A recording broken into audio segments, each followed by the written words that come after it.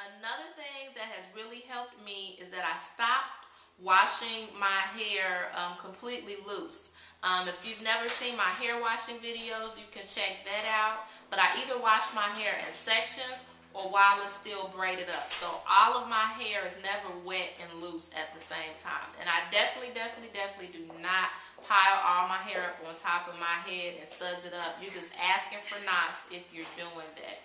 I also, once my hair got past, I would say, maybe around armpit length, I stopped wearing wash and goes. I probably should have stopped once it passed shoulder length, but particularly past armpit length, anytime I would just wash and try and leave my hair and let it air dry, it was just a disaster, and I ended up with a head full of knots. Which brings me to my next point. I never let my hair air dry loose.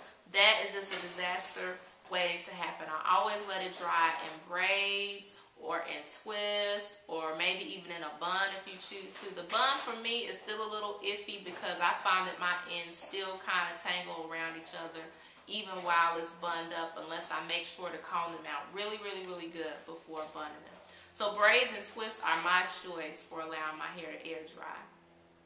If you don't mind using heat, if your hair can take heat, blow dry actually really is a good option to prevent single strand knots. When I was blow drying my hair, I rarely had single strand knots, to be honest. So using heat can actually be a positive thing if your goal is to minimize or prevent single strand knots. I do pay special attention to my ends, particularly on some wash days. I'll go through and with the finer end of my comb, I'll coat my ends with some oil and gently, very gently comb them to make sure I'm getting the tangles out. And I think another reason that people do get knots is because they start detangling from the middle or the top of their hair. So you just need to make sure that you're actually combing your hair from the ends and working your way up gently. And one other thing that I have found that has really helped me with my single strand knots when I can do it is keeping my hands out of my hair. Earlier I mentioned friction and friction between your hair and other surfaces. So when my hands are constantly in my hair, I end up with more knots. There's one section over here that I particularly like to play with, and I always end up with knots in that part of my hair.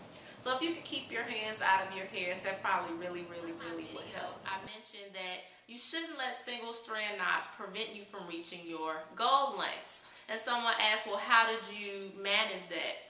Well, some people may not agree with this, but what I chose to do was to grow my hair out slightly past the length I wanted, and then I just did like a big trim of about 1.5 inches.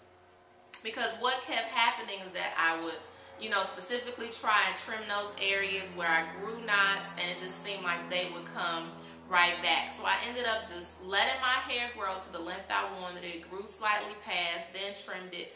And to me that worked much better because it's easier for me now to maintain that instead of trying to constantly keep, the knots at bay. Just some of the things I do, in addition to just maintaining well moisturized and healthy hair in general, which I think helps.